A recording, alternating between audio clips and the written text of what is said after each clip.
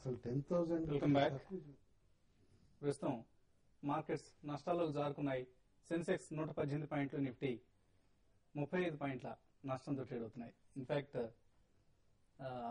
Markets నష్టాల్లో ఉంటే నవ్వాలని కూడా అనిపించదు, బట్ అభిమానులు కొంతమంది నవ్వండి అంటూ ఎస్ఎంఎస్ లో పంపిస్తున్నారు. ఎనివే, సో కుటుంబరావు ఒకసారి ఇంత సెల్లింగ్ రావడానికి ఇందాక కూడా నేను అన్నా కదండి, మార్కెట్ ఇంటర్నల్స్ వీక్ గా ఉన్నాయండి. ఎందుకంటే ఏమాత్రం ఫాలో బయింగ్ లేదు. మైల్డ్ ర్యాలీస్ ఇండివిజువల్ స్టాక్స్ లో వస్తే ఎగ్జిట్ కే చాలా మంది ఆప్షన్స్ చూస్తున్నారు. కాబట్టి నేను అనుకోవటం టిల్ అట్లీస్ట్ ఈ సిరీస్ అయ్యే వరకు మాత్రం మేజర్ అప్ సైడ్ మాత్రం రూల్ అవుట్ చేయాలి. అండ్ ఆల్రెడీ వాళ్ళ మధ్యాహ్నం నుంచి రూమర్స్ ఉన్నాయి, ఎంత కాదన్నా కాస్త మేజర్ చేంజెస్ ఉంటాయి క్యాబినెట్ లో అని చెప్పేసి అని అంటున్నారు. దట్టు ఎస్పెషల్లీ కామర్స్ లో పాసిబిలిటీ ఉందని అంటున్నారు.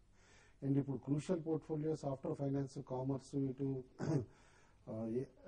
ఇటు ప్రఫుల్ పటేల్ గారిది కానీ, సల్మాన్ ఖుర్షీద్ గారిది కార్పొరేట్ అఫైర్స్ కానీ, ఇలాంటి అన్ని చేంజెస్ వస్తే కూడా ఇంపాక్ట్ ఉండే పాసిబిలిటీ ఉంది. Small impact which will be absorbed within 1 trading day or 2 trading days. But all in all markets are on weak wicket అండి, అది ఒప్పుకోవాల్సింది. In fact HDFC bank, LNT, Infosys లాంటి స్టాక్స్ లో heavy selling గమనిస్తున్నాం. Mostly of course institutional sellers నుంచి. అంటే ఇన్ఫోసిస్ లో ఇవాళ మార్నింగ్ న్యూస్ నిన్న ఈవినింగ్ నుంచి ఏదైతే ఫ్లోట్ అవుతుందో ఆన్సోర్ సర్వీసెస్ షుడ్ బి ట్యాక్సబుల్ అని చెప్పేసి ఐటీ డిపార్ట్మెంట్ డిమాండ్ ఏదైతే రేస్ చేసిందో it's a very technical problem అండి. ఎందుకంటే ఈ ఫెటల్ ఆన్షోర్ సర్వీసెస్ కూడా ట్యాక్సబుల్ అని యాక్సెప్ట్ అయితే గనక definitely all IT companies impact అవుతాయి. ఎందుకంటే మన ఇండియన్ కంపిటెన్స్ చాలా వరకు ఏంటంటే బయట నుంచి ఆర్డర్స్ తెచ్చుకున్నా కూడా ఇక్కడ ఎగ్జిక్యూట్ చేయటము అండ్ తక్కువ టీమ్స్ ని అబ్రాడ్ పెట్టడం కూడా మనం ముందు నుంచి చూస్తున్న ఇదనమాట బిజినెస్ ప్లాన్ అది. కాబట్టి ఈ ఐటీ డిపార్ట్మెంట్ డిమాండ్ అంటూ గనక యాక్సెప్ట్ అయితే గనక డెఫినెట్లీ ప్రాఫిట్స్ సిగ్నిఫికెంట్ గా ఇంపాక్ట్ అయ్యే ప్రాబ్లం ఉంది. At least 1 to 2% net profit impact అయ్యే పాసిబిలిటీ ఉంది. ఓకే అండి. సో సెన్సెక్స్ 80 పాయింట్లు, నిఫ్టీ 24 పాయింట్ల నష్టంతో ట్రేడ్ అవుతున్న టైం ఇది. సాంబశివరావు తెనాలి నుంచి లైన్ ఉన్నారు. సాంబశివరావు గారు నమస్తే అండి. నమస్తే చెప్పండి సాంబశివరావు గారు. మాకు ఎనర్జీ ఈ రేట్లో కొనొచ్చా, ఏ రేట్లో పోయొచ్చు? ఎంత టైం ఫ్రేమ్, ఎంత కాలం వెయిట్ చేద్దాం అనుకుంటున్నారండి? 6 months అండి. 6 months కోసం జేఎస్డబ్ల్యూ ఎనర్జీలో ఏదైనా సిగ్నిఫికెంట్ అప్ మూవ్ వచ్చే అవకాశం ఉంది?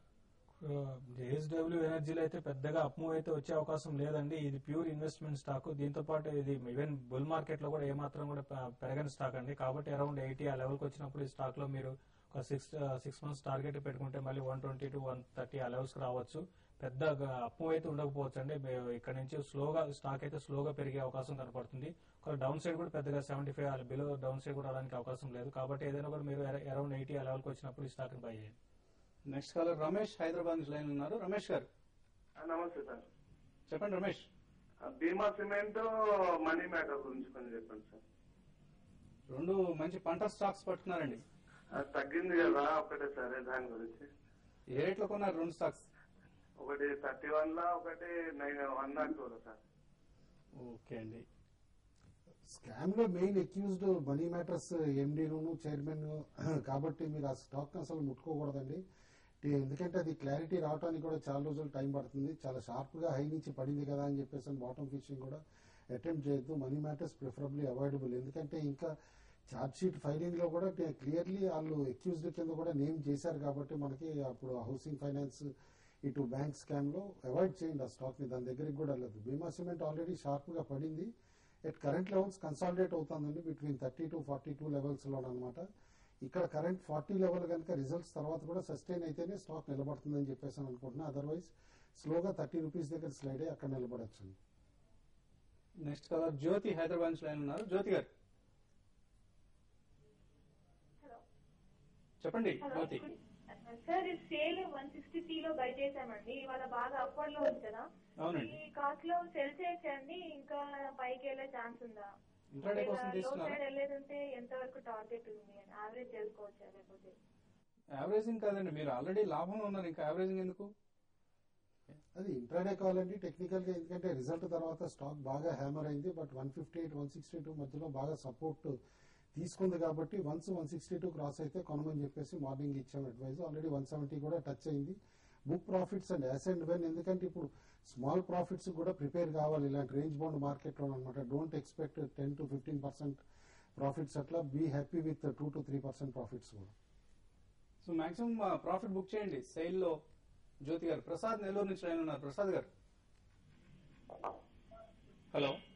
హలో, నమస్తే సార్ కుటుంబ గారు. నమస్తే, చెప్పండి. హలో, నమస్తే సార్ కుటుంబ గారు. నమస్తే అండి, చెప్పండి. ఆరుపూరు మూడుకాయలు మార్కెట్ అండి. ఏమండి? ఆరుపూరు మూడుకాయలు స్టోరీ లైవ్ గురించి కొంచెం డీటెయిల్ కావాలి సార్. అలా సడన్ పడిపోయింది. Story stone India. Stone India. Okay అండి, మీ సామెత కూడా బాగుంది, 6 పువ్వులు 3 కాయలు. అది కాదు, స్టోన్ ఇండియా పరిస్థితి. 6 పువ్వులు 3 కాయలు కూడా కాదండి, 6 పువ్వులు 1 కాయ కూడా వస్తుందో లేదు అక్కడ చూడాలి. అందుకని చెప్పి స్టోన్ ఇండియా మాత్రం one of the good company అండి. ఎందుకంటే రైల్వే వ్యాగన్స్ కి కనెక్టింగ్ కూడా స్పేర్స్ చేసే కంపెనీ. ఇన్ఫాక్ట్ బ్రేకింగ్ సిస్టమ్స్ ఇవన్నీ కూడా అనమాట.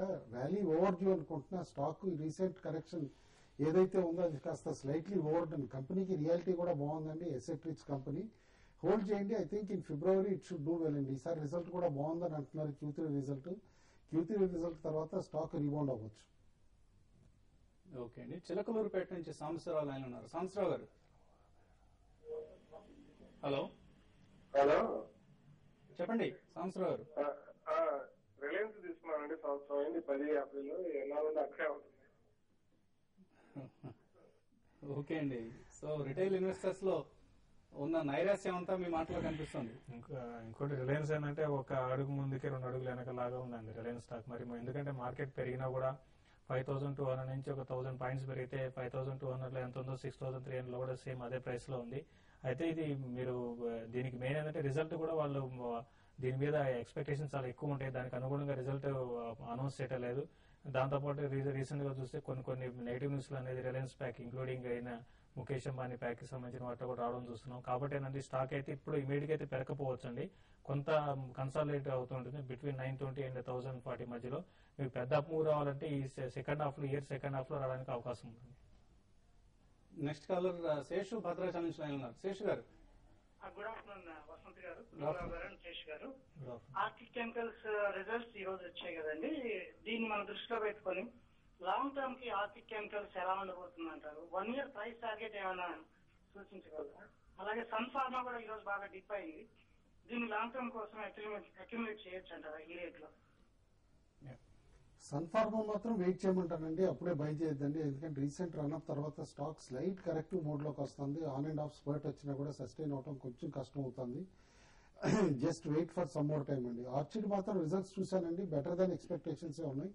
బట్ మీరు లాస్ట్ 2 months నుంచి పెర్ఫార్మెన్స్ చూస్తే స్టాక్ ది ఆల్రెడీ రిజల్ట్ ఫ్యాక్టర్ అయింది.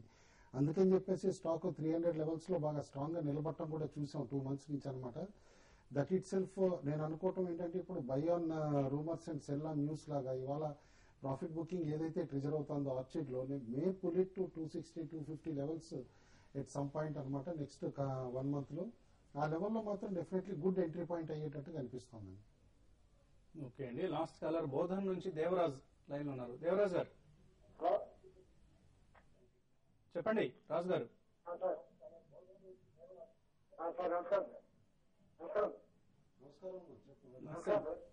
నమస్తే అండి. మీరు టీవీ వాల్యూమ్ తగ్గించండి.